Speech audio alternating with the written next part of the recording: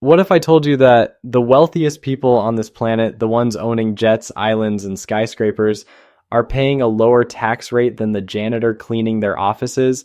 It sounds criminal, it feels rigged, but it is entirely legal. They aren't hiding money under a mattress, they are using a specific 3-step algorithm known as buy, borrow, die. This isn't just a loophole. It is the fundamental architecture of the modern financial system, designed to reward ownership and punish labor. My name is King, and I am passionate about decoding the financial psychology that separates the ultra-rich from the working class. If you want to stop bleeding money to the IRS and understand the true mechanics of wealth preservation, go ahead and hit that subscribe button right now. Let's dismantle the matrix. You have been lied to. From the moment you sat in your first classroom, society has been conditioning you to become a high-income earner.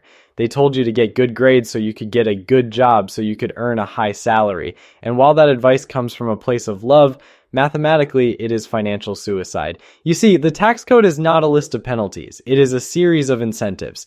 The government wants certain behaviors. They want housing, they want jobs, they want innovation. If you provide those things, you get tax breaks. If you simply trade your time for money, if you are an employee, you are providing the least value to the systemic structure of the economy, and therefore you are taxed the most heavily. This is the income trap. You work harder, you earn more, and the government takes a larger percentage. It is a game you cannot win because the rules are designed to keep you running on the hamster wheel, generating tax revenue to fund the system. But the billionaires, the ultra-wealthy, they do not play this game. They operate in a completely different dimension of reality where taxes are voluntary. They utilize a strategy that is brutally effective yet elegantly simple. Buy, borrow, die. To understand this, we have to strip away your current identity as a wage earner and look at the world through the lens of an asset owner. Let's start with the first pillar, buy. This sounds obvious, but most people get this wrong. When the average person hears buy, they think of consumption. They think of buying a new car that loses 20% of its value the second it drives off the lot. They think of buying designer clothes, the latest iPhone, or a vacation. That is not buying. That is burning capital. When the wealthy say buy, they mean acquiring assets that appreciate over time and, crucially, assets that produce cash flow or have the potential for massive equity growth. We are talking about real estate, stocks, businesses, art, or commodities. Here's the psychological shift. You must stop working for money and start acquiring things that work for you. But here's the catch, and this is where my personal analysis comes into play. The wealthy do not sell these assets. This is the mistake the upper middle class makes. A doctor buys a stock at $100, it goes to $200, and he sells it to lock in the profit. The moment he sells, he triggers a taxable event. He has to pay capital gains tax. He has just volunteered to give the government 20% to 37% of his hard-earned growth. The billionaire looks at that same appreciation and does absolutely nothing. He holds, he lets the asset grow. He understands that selling is a sign of weakness, a failure of planning. By refusing to sell, he refuses to realize a gain, and if there is no realized gain, there is no tax. It is a standoff.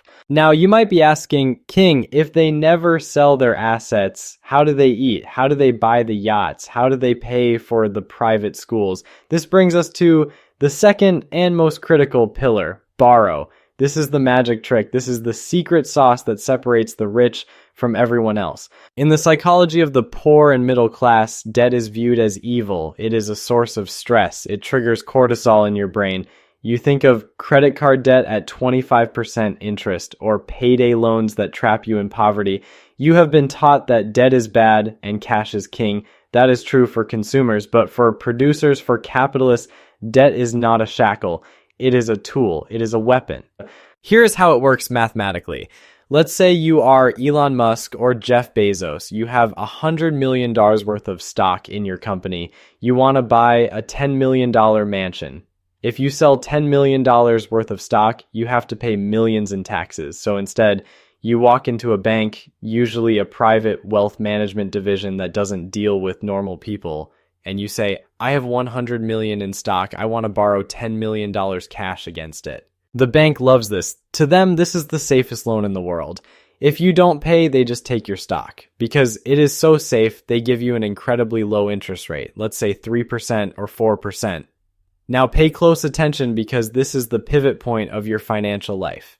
You now have $10 million in cash in your bank account. Is that $10 million considered income? No, it is a loan. Loans are not taxable. You do not pay income tax on borrowed money. You have just accessed $10 million of purchasing power with zero tax liability. Let's analyze the cost. You are paying, let's say, 4% interest to the bank. But your asset, the stock or real estate you used as collateral, is likely growing at 7%, 8%, or 10% a year. You are making the spread. You are engaging in positive arbitrage. You are getting richer by borrowing money. Compare this to the alternative, selling the stock and paying 25% in taxes. Paying 4% interest is mathematically superior to paying 25% tax. It is not even close. This is how they live like kings while showing an income of zero on their tax returns.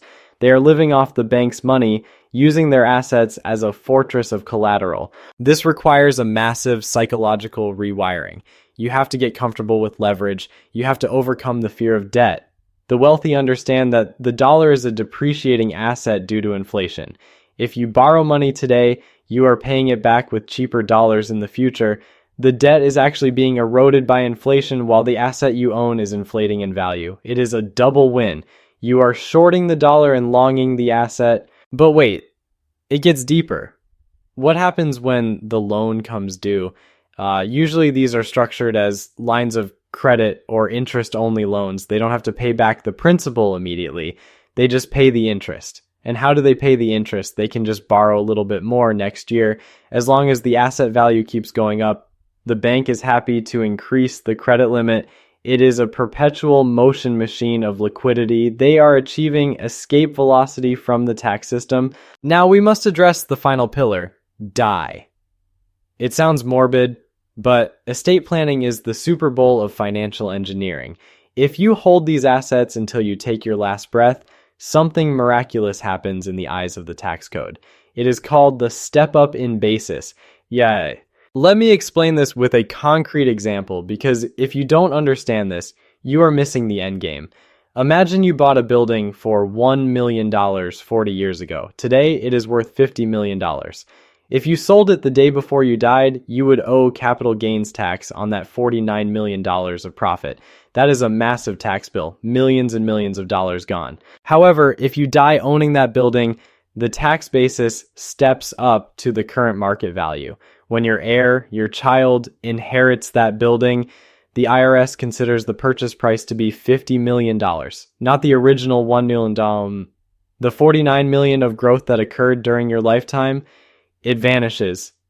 It is wiped clean from the tax record. Your heirs can turn around and sell that building the next day for $50 million and pay zero capital gains tax. And what about that loan you had, the $10 million you borrowed to live on? Your estate sells a portion of the assets tax-free because of the step-up in basis, pays off the bank loan, and the heirs keep the rest. The cycle is complete. You lived a billionaire lifestyle, you accessed your wealth, and you paid zero taxes during your life and eliminated the tax liability upon your death. This is the buy, borrow, die strategy. It is elegant, it is legal, and it is happening every single day. Now, I can hear the objections forming in your mind. But King, I'm not a billionaire. I don't have 100 million in stock. How does this apply to me? This is where the victim mentality will destroy you. If you think this is only for the elites, you are blinding yourself to the tools available to you. While you may not get the exact same interest rates as Elon Musk, the mechanics work for the middle class too, primarily through real estate. Consider the homeowner. You buy a house. It appreciates in value over 20 years. You have a choice. You can sell the house, pay the agent fees, pay the closing costs, and potentially pay taxes if you are over the exemption limit. Or you can use a HELOC, home equity line of credit, or a cash out refinance. You borrow against the equity of your home.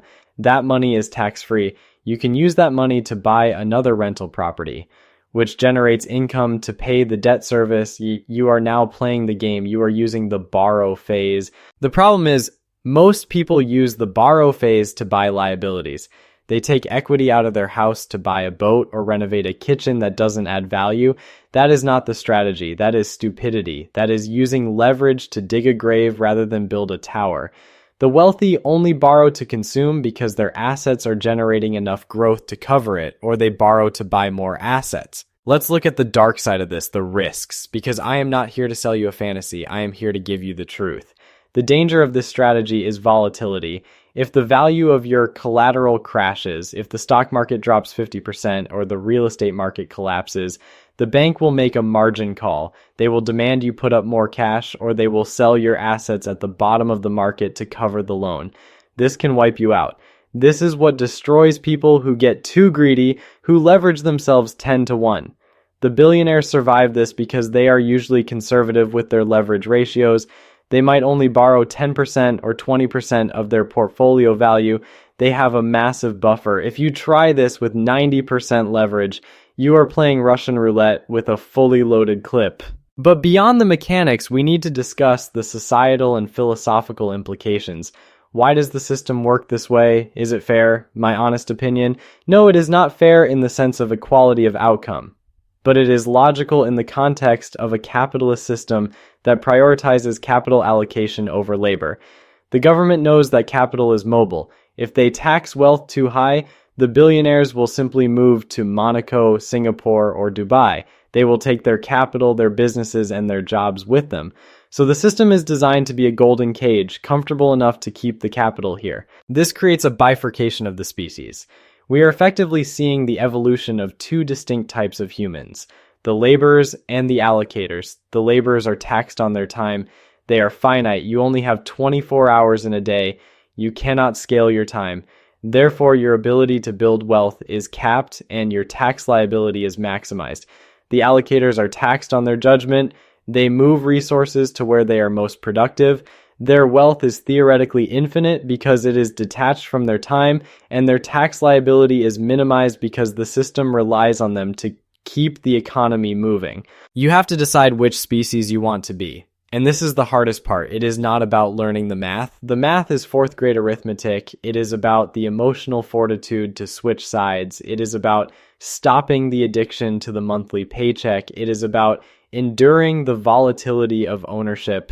When you work a job, you get a paycheck every 2 weeks like clockwork. It is safe. It is predictable. It soothes your anxiety. Ownership is chaotic. You might lose money for 3 years before you make a dime. You might face lawsuits, market crashes, and sleepless nights. But the reward for that chaos is the tax code.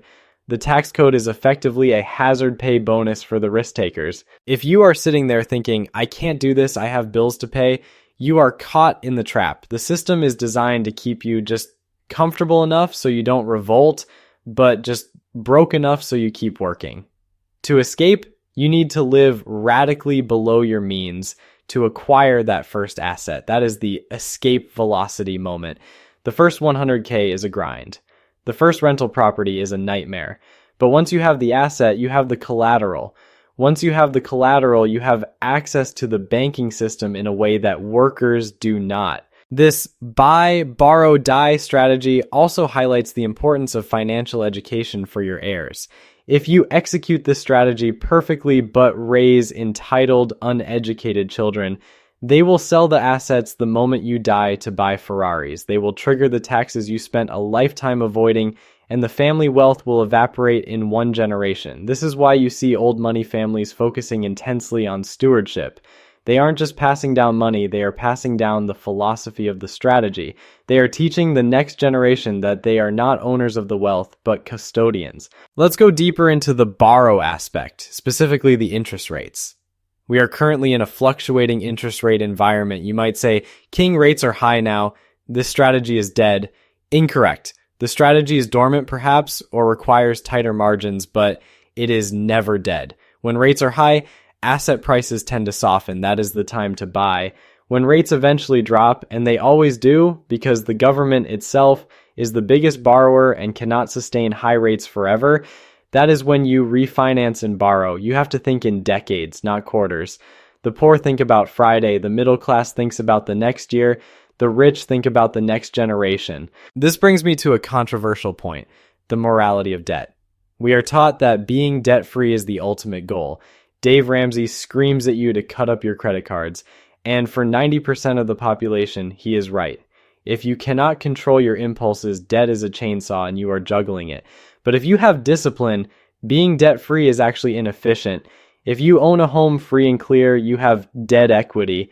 That money is sitting there, doing nothing, trapped in drywall and concrete. It is earning 0% return on equity. By not borrowing against it, you are paying an opportunity cost. The wealthy abhor dead capital. They want every dollar working, sweating, grinding for them. They view equity as a raw material that must be deployed. So, how do you start today? You don't need $1 billion. You start by analyzing your spending. Are you buying things that rot or things that grow? You start by building your credit score, not to buy a better car, but to qualify for better leverage on assets. You start by looking at the tax code not as a burden, but as a map. Where are the incentives? Real estate, business ownership, energy production. Move your money there. You have to realize that the game is rigged, but the rule book is public. They aren't hiding it. It is written in black and white in the IRS code.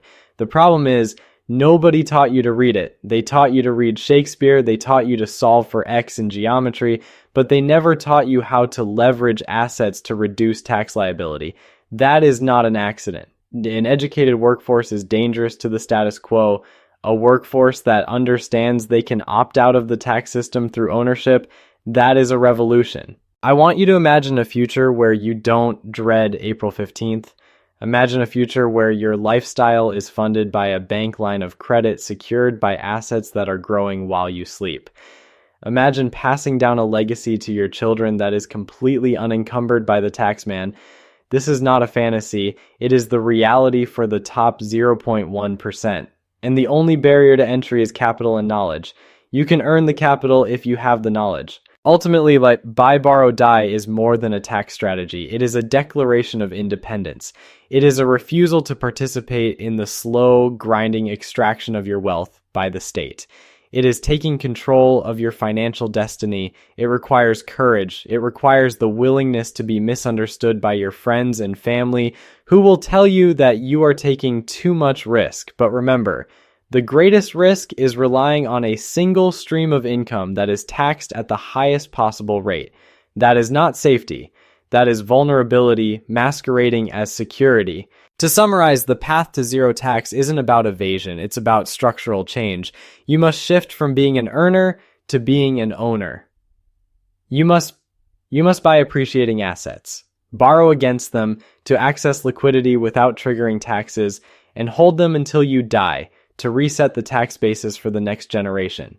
It is the ultimate infinite loop of wealth creation. But here is the brutal truth. None of this matters if you are currently hemorrhaging money on stupid consumer habits. You cannot leverage assets if you don't have any because you spent it all on liabilities. You need to stop the bleeding before you can start the building. If you want to know exactly what is draining your wallet and preventing you from ever buying that first asset, you need to watch this video right here. 7 things making you poor. Stop buying these immediately. It is the prequel to everything we just talked about.